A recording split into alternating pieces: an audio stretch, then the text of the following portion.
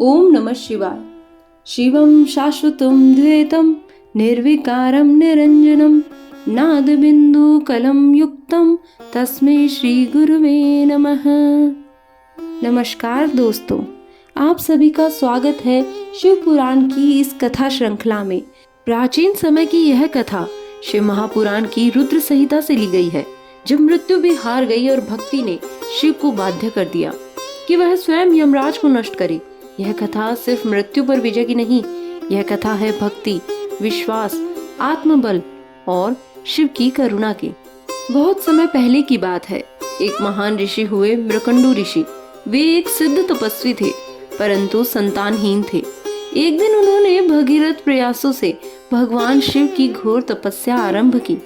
वर्षों बीत गए, अंततः भगवान आशुतोष प्रकट हुए। उन्होंने कहा, हे मृकंडू, मांगो वरदान, पर दो ही विकल्प हैं। पहला, एक अत्यंत बुद्धिमान तेजस्वी पुत्र जो मात्र 16 वर्ष तक ही जीवित रहेगा। दूसरा, एक निर्बुद्धि पुत्र जो 100 वर्ष तक जीवित रहेगा। मृकंडू ऋषि ने बिना एक क्षण भी सोचे पहला वर चुना। हे नाथ, मुझे ऐसा पुत्र दो जो शिव भक्त हो, तेजस्वी हो, चाहे वह अल्पायु ही क्यों न हो। कालांतर में ऋषि के घर जन्म हुआ मार्कंडेय का। उसके जन्म के साथ ही समस्त आश्रम में दिव्य प्रकाश फैल गया। बालक विलक्षण था। बाल्यकाल से ही उसे वेदों का ज्ञान था। गहन ध्यान में वो लीन रहता था और वो परम शिव भक्त था। माता पिता जानते थे कि उनका पुत्र 16 वर्ष से अधिक नहीं जिएगा, पर बालक को इसका ज्ञान नहीं था। जैसे ही मार्कंडे की आयु 16 वर्ष की हुई, मृकंडू ऋषि व्याकुल हो गए।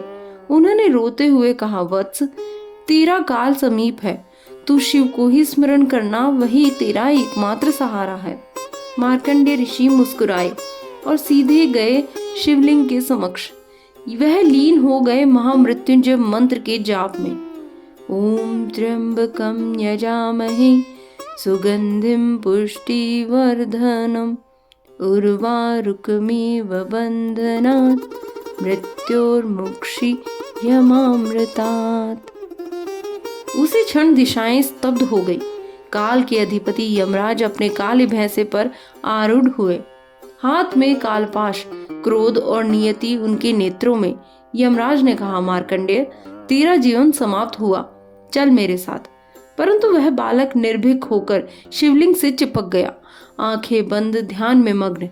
यमराज ने अपना पाश फेंका।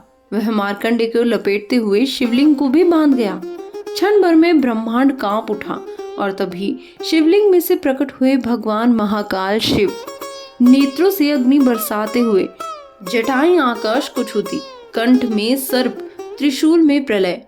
हे यमराज, तूने मेरे भक्त को स्पर्श किया, तूने मेरे लिंग को बांधा। यमराज स्तब्ध रह गए, किम कर्तव्य विमूढ़। शिव बोले, इस बालक ने मुझे पूरे हृदय से पुकारा है, इसका काल तुम नहीं, मैं तय करूंगा। और क्रोध में आकर भगवान शिव ने अपने त्रिशूल से यमराज का संहार कर दिया। यमराज का अंत होते ही तीनों लोकों में हाहाकार मच गया। मृत्यु का चक्र रुक गया।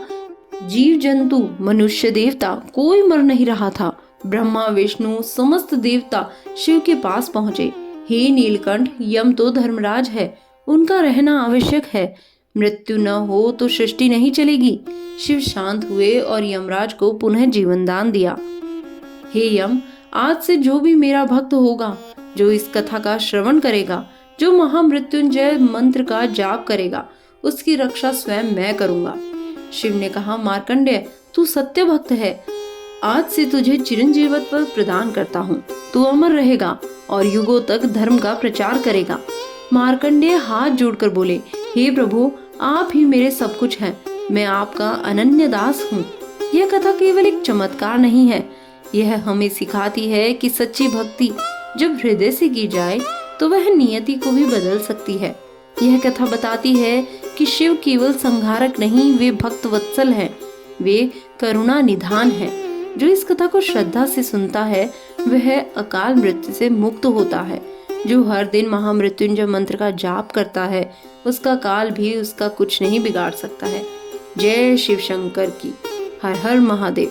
यदि यह कथा आपको प्रेरणादायक लगी हो तो इसे अवश्य अपने मित्रों तक पहुंचाएं और ऐसी ही दिव्य कथाओं के लिए हमसे जुड़े रहें।